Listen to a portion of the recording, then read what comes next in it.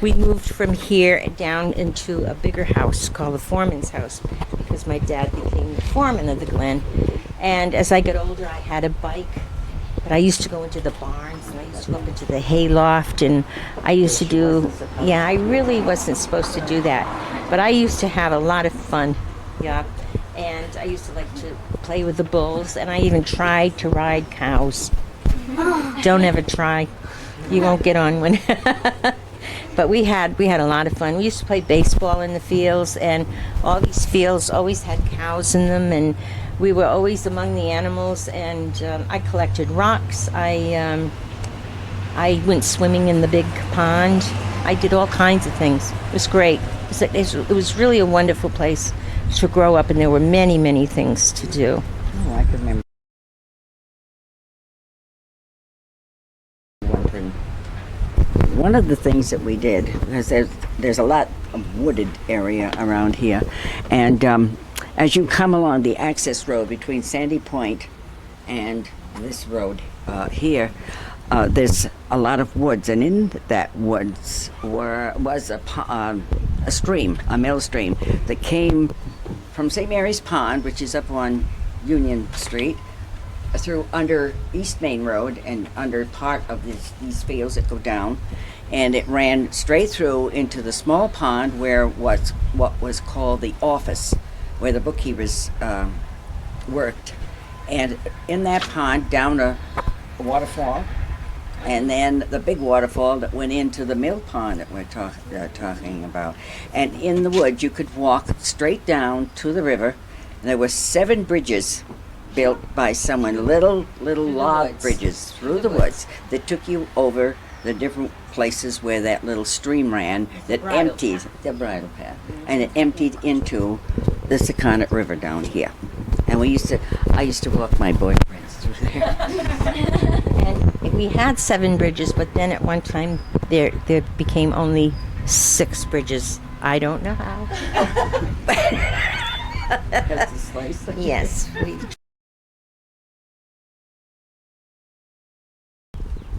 We used to make camps up in the woods, pretend camps, and make pretend little pieces of dishes and stuff like that. And my sister and I used to plant moss gardens. And then one day when I was older and I was able to drift a little bit further, I found this barn here down in the middle of a field, which became my clubhouse. And this is still here today. Still there today. If you go down Glen Road and you go to like where the 4-H at the end of Glen Park? Right. Yeah. Thank you. This is still there, and that used to be my clubhouse. There used to be just an old plow downstairs, and this upstairs used to be my clubhouse. So I could pass this around and show you too if you'd like to see it. Didn't you take over Dad's shed in the backyard? Oh, I used to take over everything. I used to have a can. And anybody that came to see my clubhouse, we used to collect dues, just a little can. Yeah, penny a piece or something like that. And other than that, there was just this plow. And we used to take papers up and sometimes draw, like your children are drawing today. Or, we used to play school. And someone would be the teacher and someone would be the student. So we used to use our imaginations a lot. And it was a great deal of fun.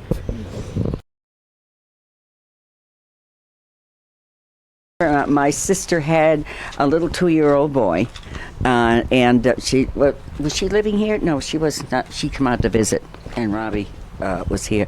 And she'd get in the car, and she'd ride all over the Glen. She got stuck once in a field in the mud. My dad had to pull her out, and she wasn't supposed to be there.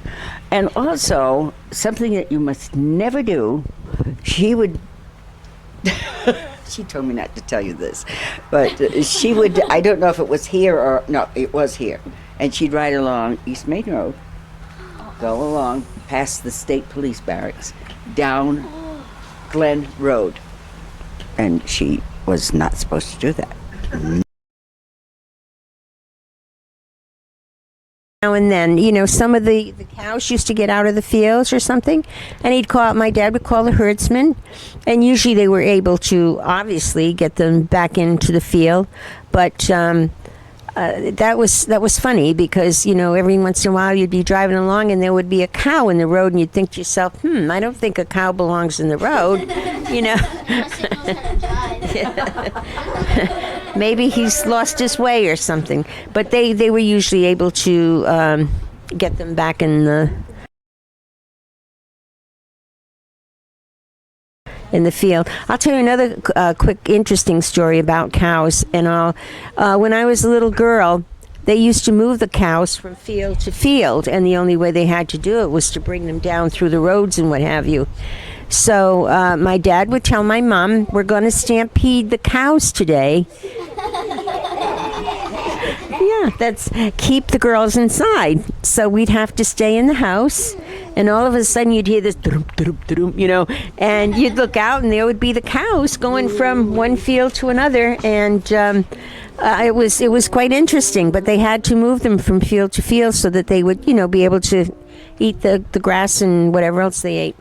Times when they use it, because these fields were all just fields, and they would bring the cows from one section, one field, right up along this road here, and take them in. And my dad would tell my mother to keep us in the house because they were going to bring this big herd of cows up the road, and they didn't want us, because they wander unless the crew of men kept them in line, like you would herding cows out west with the cowboys.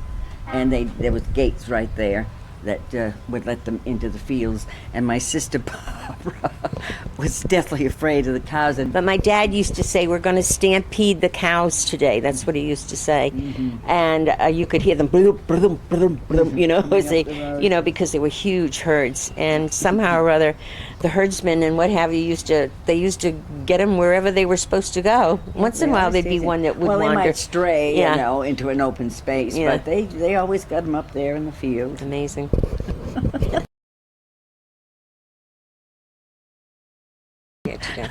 I used to try to ride them, and that never worked out well. But my sister was really afraid of them. Don't ever try to ride a cow because you won't be successful.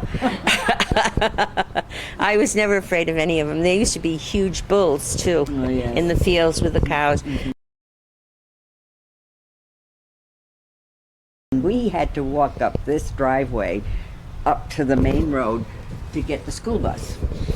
And we had to walk by the cows, and sometimes they'd walk right along the other side of the stone wall, and my sister Barbara was scared to death of them. Winter, we could sled. I can remember one winter when we had a very big snowstorm that drifted across the stone wall that existed on this field further down. We'd get on the stone wall and get on our sleds and slide all the way down. And the only thing, it was a big job bringing the sleds back up again. Just before we moved down it was a little while before the Glen. I think it was probably when you were just a baby. And we could get up, there's a fence, a stone wall just down here that separates this field from the other. And it had drifted right over that stone wall. We'd get on the stone wall on our sled, and we could sled all the way down through the other fields, right down to the house at the bottom. But it was a chore to have to walk back up the street again.